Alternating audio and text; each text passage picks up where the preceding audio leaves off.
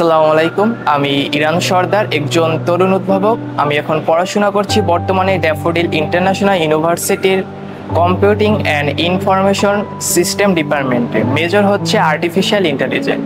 যখন বাংলাদেশে রোবট সোফিয়াকে আনা হয়, রোবট জিনিসটা কি এটার উপর একটা আমার ধারণা জাগে। আমিও কিভাবে একটি রিসার্চ করে রোবোটিক্সের উপর একটি আমাদের দেশে বসে তৈরি করা যায় ক্লাস 9-এ পড়ি, তখন রোবোটিক্স নিয়ে কাজ করার একটি আগ্রহ জাগে। পরবর্তীতে যখন আমাদের দেশে করোনা মহামারী শুরু হয়, শিক্ষা প্রতিষ্ঠান বন্ধ হয়ে যায়। আর আমাদের এই শিক্ষা প্রতিষ্ঠান 2 বছরের চেয়েও বেশি বন্ধ ছিল। এই অবসর সময়টা রিসার্চ করি।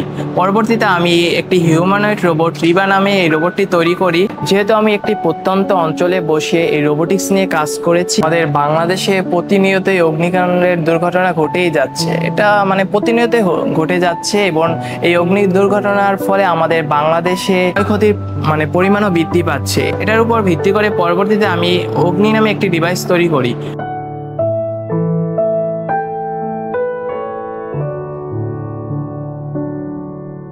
যেহেতু আমি বর্তমানে অ্যাডভান্স লেভেলে রোবোটিক্স নিয়ে বাংলাদেশে রিসার্চ করছি, আর আমি এখন ড্যাফোডিল ইন্টারন্যাশনাল ইউনিভার্সিটির বিভিন্ন ল্যাবে যুক্ত আছি। আর্টিফিশিয়াল ইন্টেলিজেন্স, এআই ল্যাব এবং রোবোটিক্স ল্যাব এবং ফ্যাব ল্যাবের সাথে আমি কাজ করার সুযোগ পাচ্ছি।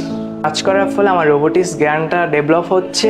উদ্ভাবনগুলো এটা যেহেতু প্রোটোটাইপ আকারে তৈরি করা, আমি চাচ্ছি যে এই আমার উদ্ভাবনগুলো কিভাবে বাণিজ্যিকভাবে নিয়ে আসা যায় এটা নিয়ে কাজ করতে।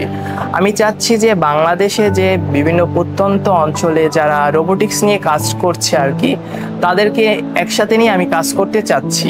এবং আমি চাচ্ছি বাংলাদেশের রোবোটিক্স সেক্টরটাকে বিশ্ব মঞ্চে তুলে ধরতে।